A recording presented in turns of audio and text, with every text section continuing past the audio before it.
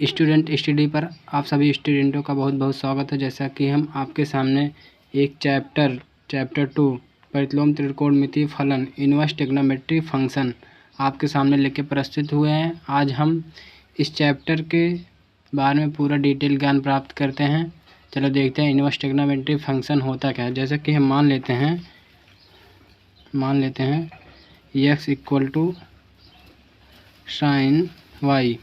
अगर हम साइन को पक्षांतर करेंगे इधर तो हमारा हो जाएगा sine inverse x equal to y। फिर या तो इसको हम लिख सकते हैं y equal to sine inverse x। प्रश्नावली शुरू करने से पहले इस प्रश्नावली से जुड़े कुछ महत्वपूर्ण सूत्र के बारे में ध्यान करेंगे। जैसे कि हम बताएंगे आपको, हम लिखेंगे जैसे कि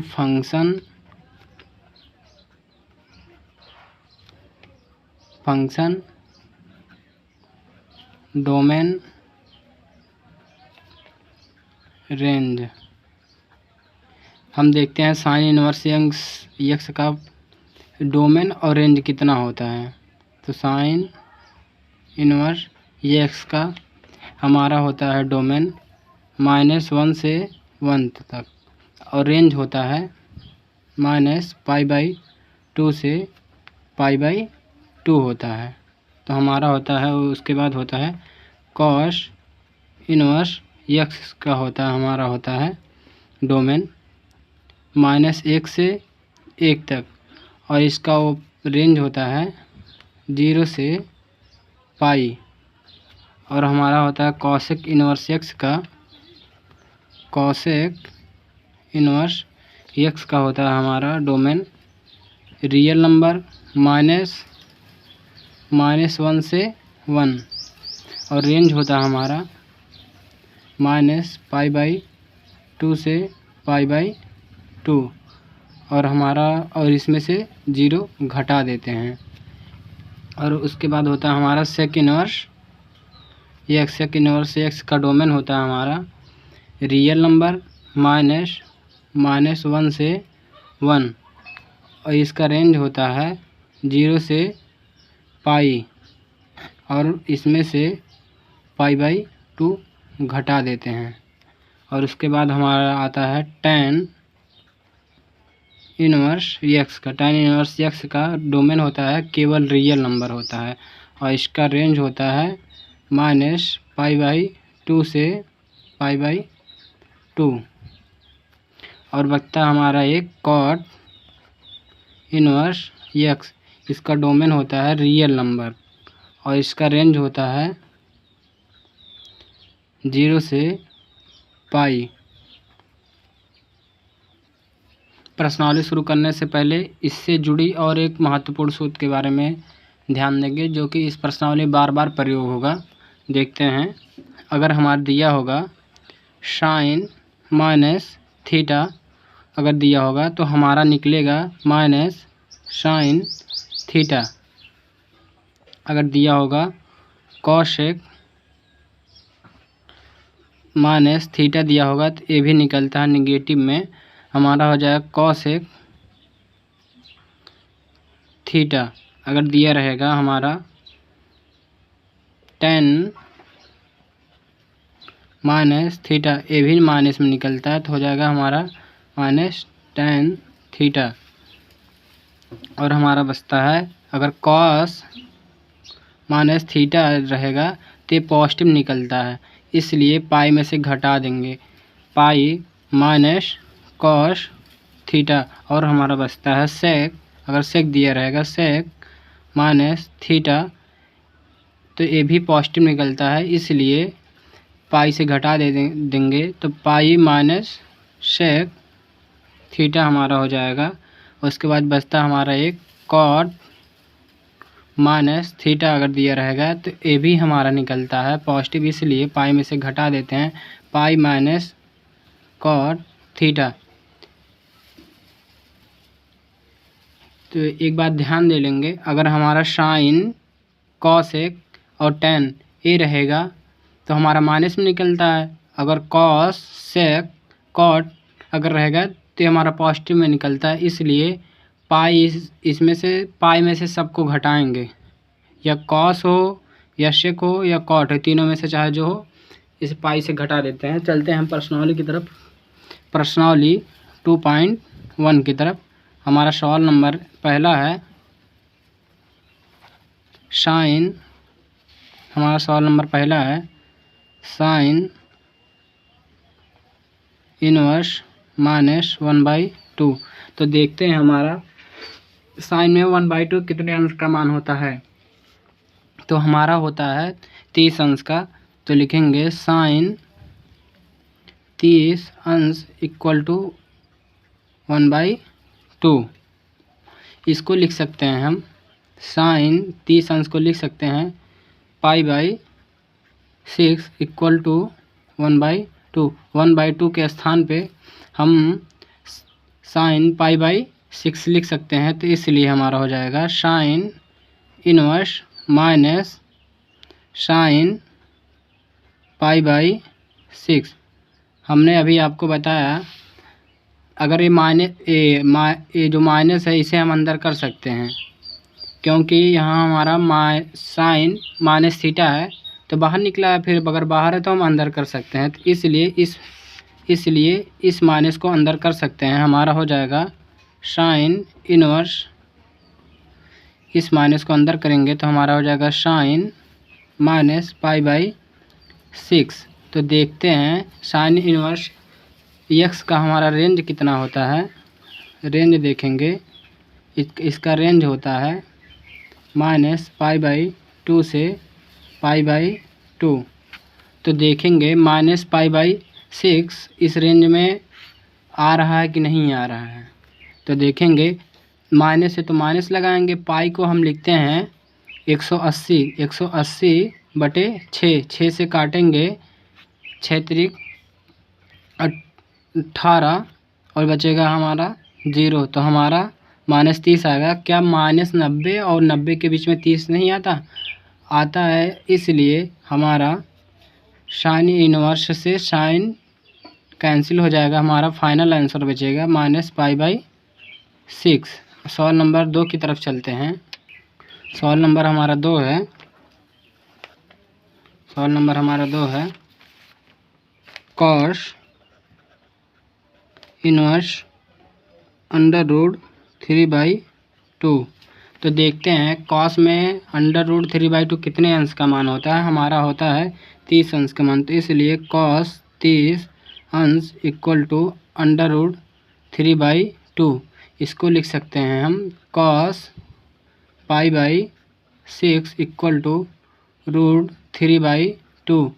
√3/2 के स्थान पे हम कॉस π/6 लिख सकते हैं। इसलिए कॉस इनवर्स कॉस π/6, इसका हम रेंज देख लेते हैं। कॉस इनवर्स एक्स का रेंज होता हमारा, रेंज होगा 0 से पाई। तो देखेंगे π/6 इस रेंज में लाई कर रहा है कि नहीं। तो देखते हैं, पाई को लिखते हैं 180/6, काटेंगे तो हमारा आएगा 30। क्या 0 और 180 के बीच 30 नहीं आता है। इसलिए कॉस इनवर्स से कॉस कैंसिल हो जाएगा। हमारा फाइनल आंसर बचेगा π/6। सवाल नंबर 2 की तरफ चलते हैं। π/6 है। सवाल नंबर 3 की तरफ चलते हैं। सवाल नंबर 3 हमारा है कॉसेक इनवर्स 2। तो देखते हैं कॉसेक में 2 कितने अंश का मान होता है। हमारा होता है 30 अंश का मान होता है कॉसेक में। कॉसेक 30 अंश इक्वल टू 2।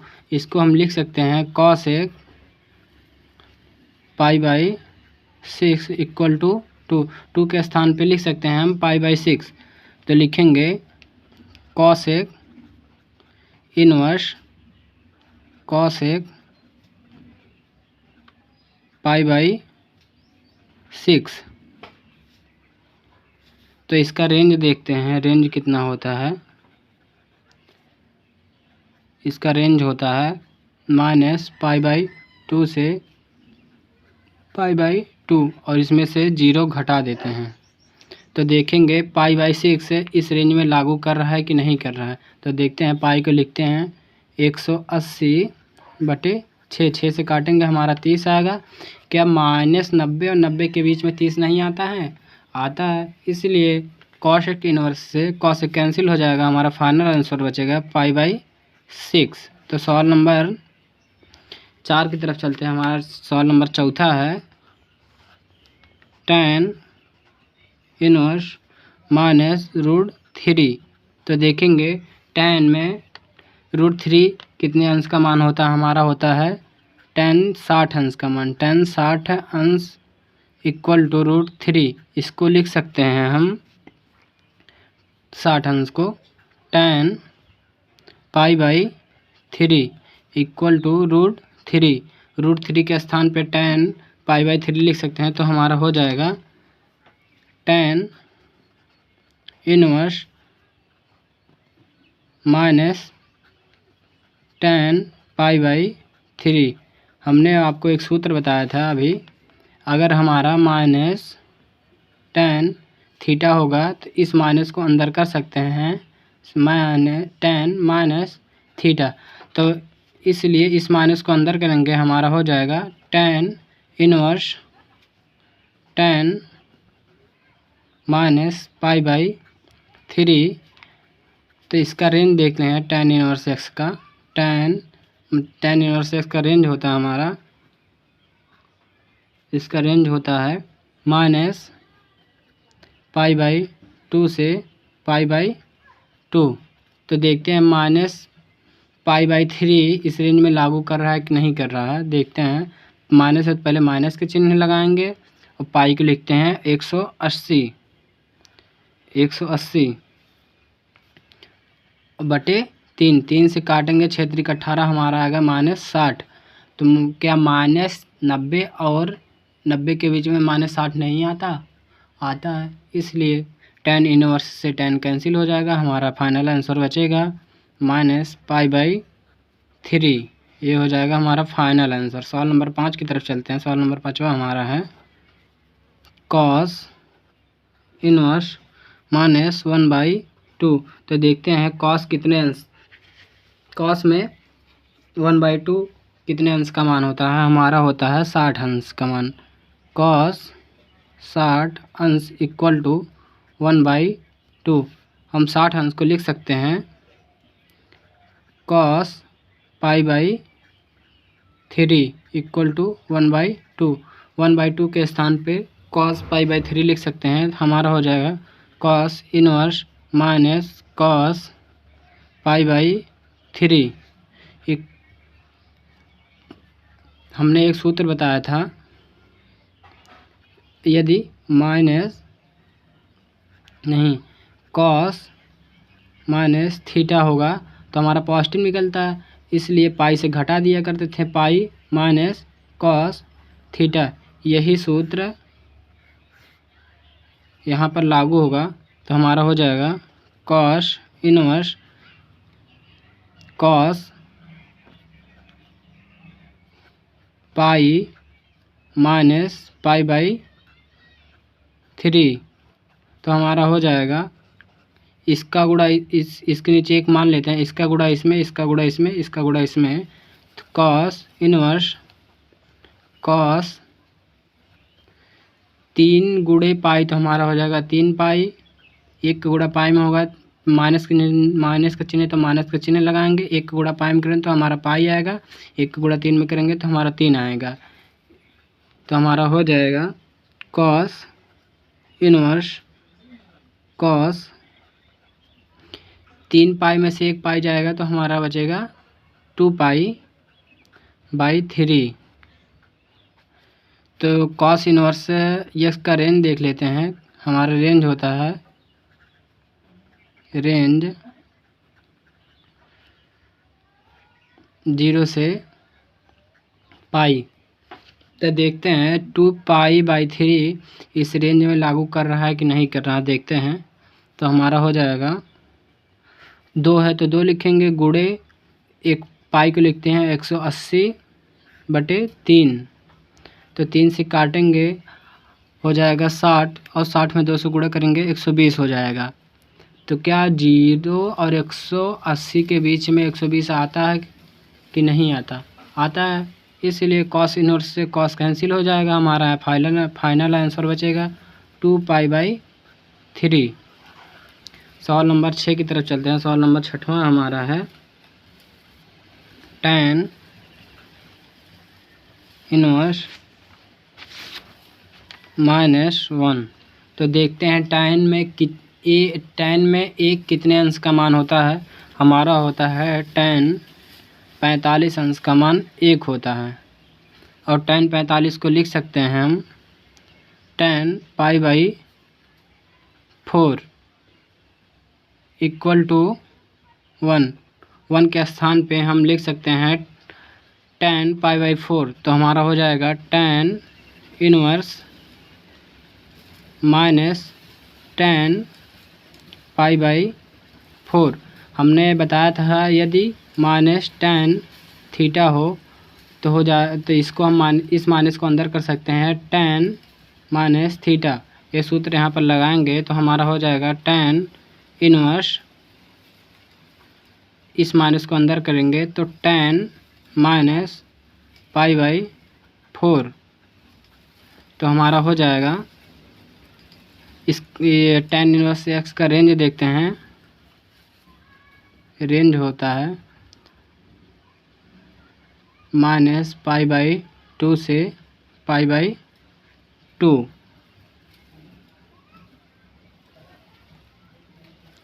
तो देखेंगे -π/4 इस रेंज में लागू कर रहा है कि नहीं कर रहा है।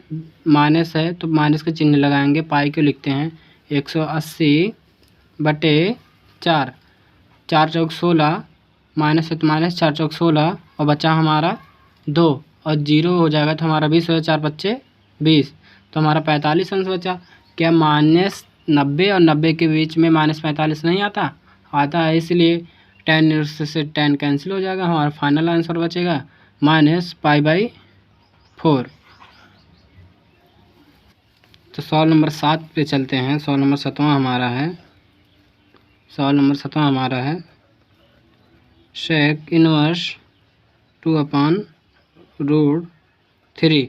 तो देखते हैं sec में 2/√3 कितने अंश का मान होता है? हमारा होता है 30 अंश का मान।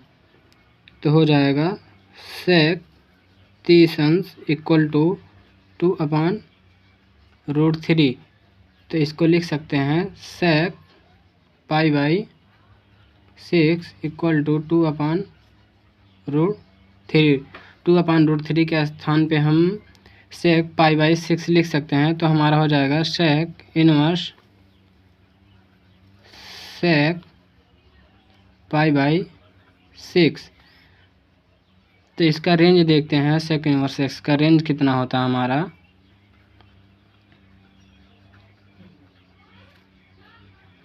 0 से पाई, इसमें से π/2 घटा देते हैं।